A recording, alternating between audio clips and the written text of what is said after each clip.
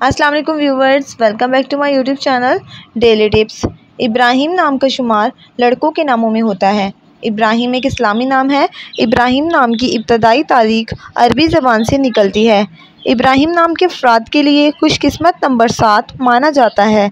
इब्राहिम नाम का मतलब है मशहूर पैगंबर का नाम।